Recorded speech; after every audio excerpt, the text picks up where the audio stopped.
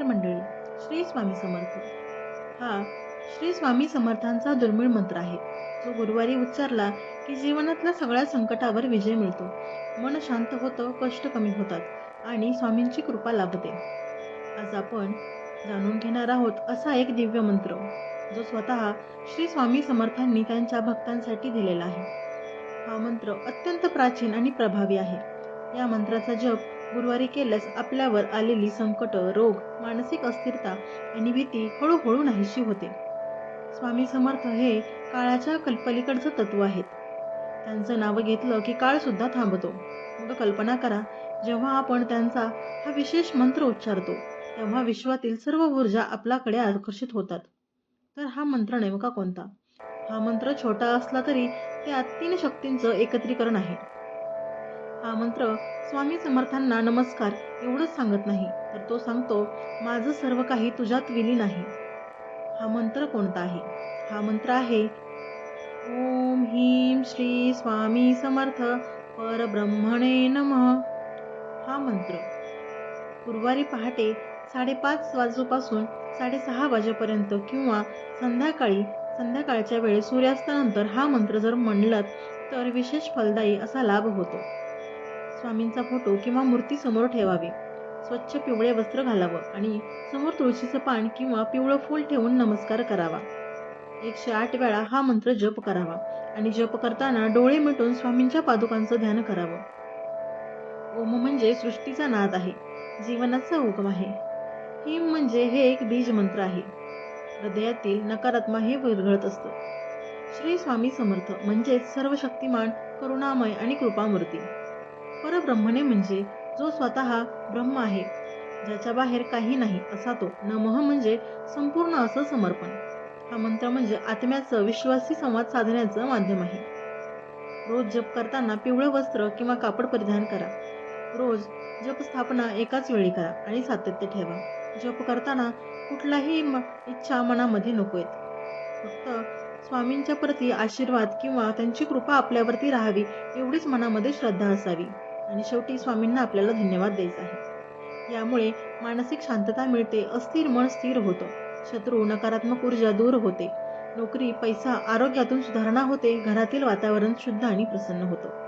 अनेक भक्त सांगतात, हा मंत्र म्हटल्यावर झोपेत स्वामींची उपस्थिती जाणवते. काही वेळा स्वामी स्वप्नात दर्शन देतात, तर काही वेळा समस्या अचानक सुटते. त्यामुळे स्वामींच्या पादुकावर या दिवशी चंदन लावा, पिवळं फूल अर्पण करा, दुधात केशर टाकून दीप लावा, गरिबांना पिवळा पदार्थ दान करा आणि या मंत्राचा 108 वेळा जप करा. चला तर मग आज आपण या मंत्राचा 108 वेळा जप करूया. ओम ह्रीं श्री स्वामी समर्थ परब्रह्मणे नमः. ओम ह्रीं श्री स्वामी समर्थ परब्रह्मणे नमः. ओम ह्रीं श्री स्वामी समर्थ परब्रह्मणे नमः. ओम ह्रीं श्री स्वामी समर्थ परब्रह्मणे नमः. ओम ह्रीं श्री स्वामी समर्थ परब्रह्मणे नमः. ओम ह्रीं श्री स्वामी समर्थ परब्रह्मणे नमः. ओम ह्रीं श्री स्वामी समर्थ परब्रह्मणे नमः. ओम ह्रीं श्री स्वामी समर्थ परब्रह्मणे नमः. ओम ह्रीं श्री स्वामी समर्थ परब्रह्मणे नमः. ओम ह्रीं श्री स्वामी समर्थ परब्रह्मणे नमः. ओम ह्रीं श्री स्वामी समर्थ परब्रह्मणे नमः.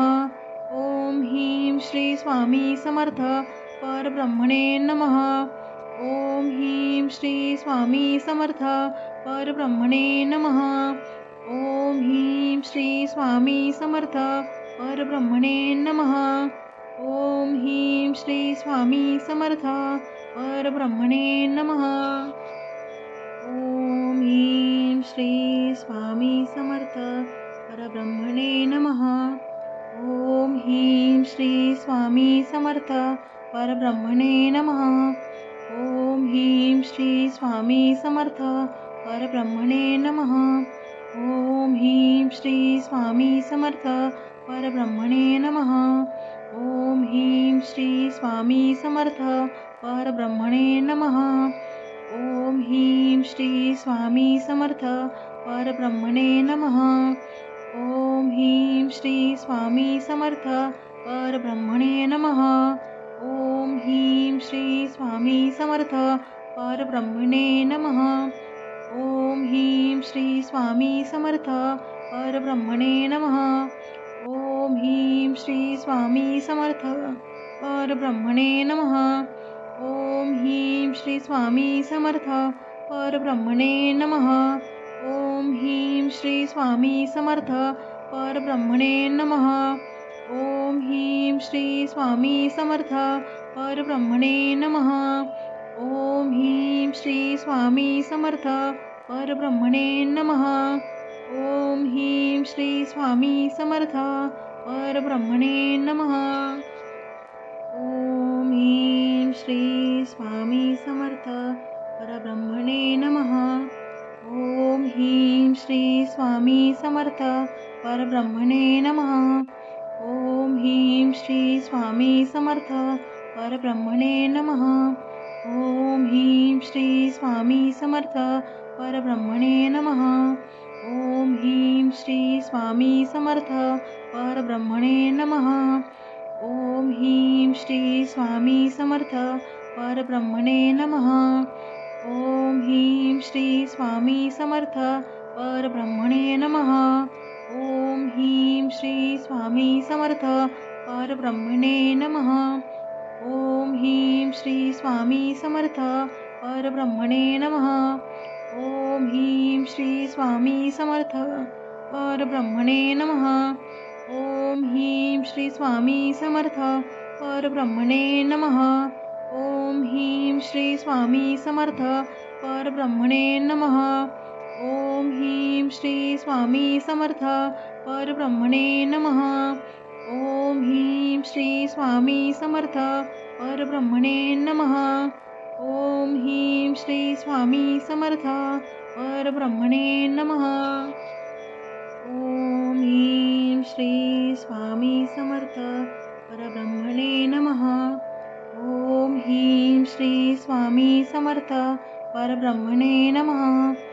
ओम ह्रीं श्री स्वामी समर्थ परब्रह्मणे नमः. ओम ह्रीं श्री स्वामी समर्थ परब्रह्मणे नमः. ओम ह्रीं श्री स्वामी समर्थ परब्रह्मणे नमः. ओम ह्रीं श्री स्वामी समर्थ परब्रह्मणे नमः. ओम ह्रीं श्री स्वामी समर्थ परब्रह्मणे नमः.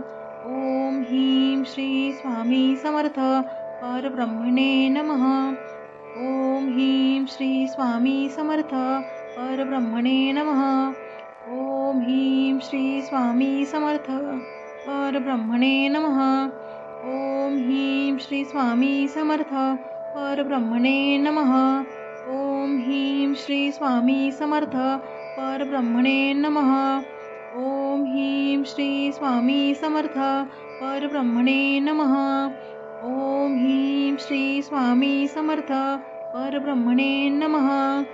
ओम ह्रीं श्री स्वामी समर्थ परब्रह्मणे नमः. ओम ह्रीं श्री स्वामी समर्थ परब्रह्मणे नमः. ओम ह्रीं श्री स्वामी समर्थ परब्रह्मणे नमः. ओम ह्रीं श्री स्वामी समर्थ परब्रह्मणे नमः.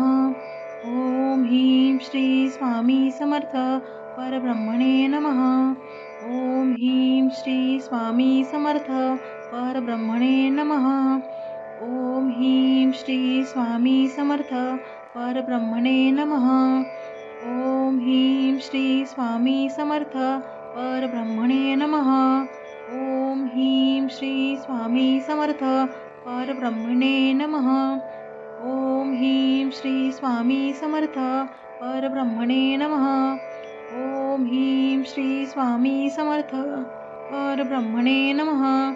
ओम ह्रीं श्री स्वामी समर्थ परब्रह्मणे नमः. ओम ह्रीं श्री स्वामी समर्थ परब्रह्मणे नमः. ओम ह्रीं श्री स्वामी समर्थ परब्रह्मणे नमः. ओम ह्रीं श्री स्वामी समर्थ परब्रह्मणे नमः. ओम ह्रीं श्री स्वामी समर्थ परब्रह्मणे नमः. ओम ह्रीं श्री स्वामी समर्थ परब्रह्मणे नमः. ओम ह्रीं श्री स्वामी समर्थ परब्रह्मणे नमः. ओम ह्रीं श्री स्वामी समर्थ परब्रह्मणे नमः. ओम ह्रीं श्री स्वामी समर्थ परब्रह्मणे नमः. ओम ह्रीं श्री स्वामी समर्थ परब्रह्मणे नमः. ओम ह्रीं श्री स्वामी समर्थ परब्रह्मणे नमः. ओम ह्रीं श्री स्वामी समर्थ परब्रह्मणे नमः. ओम ह्रीं श्री स्वामी समर्थ परब्रह्मणे नमः. ओम ह्रीं श्री स्वामी समर्थ परब्रह्मणे नमः. ओम ह्रीं श्री स्वामी समर्थ परब्रह्मणे नमः. ओम ह्रीं श्री स्वामी समर्थ परब्रह्मणे नमः.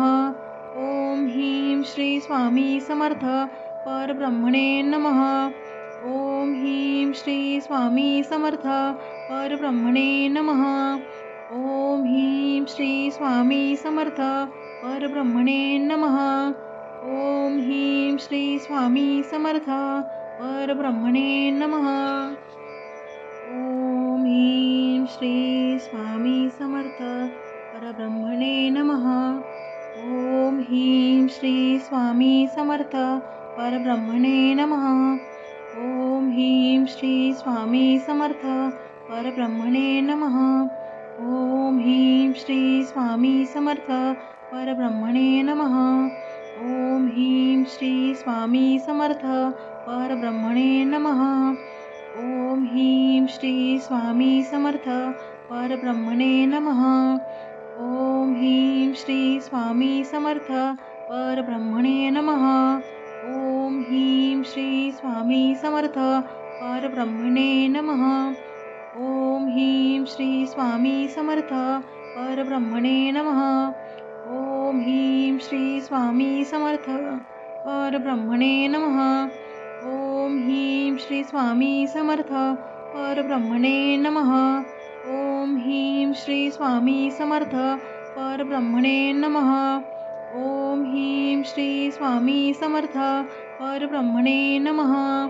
ओम ह्रीं श्री स्वामी समर्थ परब्रह्मणे नमः. ओम ह्रीं श्री स्वामी समर्थ परब्रह्मणे नमः. हा मंत्र जप म्हणजे फक्त शब्द नाहीत, तो म्हणजे स्वामींच्या आत्म्याशी होणारा संवाद आहे. जेव्हा आपण म्हणतो ओम ह्रीं श्री स्वामी समर्थ परब्रह्मणे नमः, तेव्हा आपल्या भोवती अदृश्य तेज खुलतं.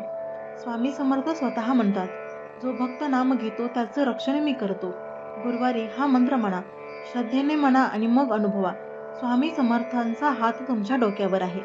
शेवटी डोळे बंद करा आणि मनामध्ये शांतपणे म्हणा, स्वामी समर्थ महाराज की जय. श्री स्वामी समर्थ, श्री स्वामी समर्थ, श्री स्वामी समर्थ. धन्यवाद मंडळी. अशाच माहितीसाठी चॅनलला सबस्क्राईब करा आणि जर व्हिडिओ आवडला असेल तर मला कमेंट बॉक्समध्ये नक्की कळवा. धन्यवाद.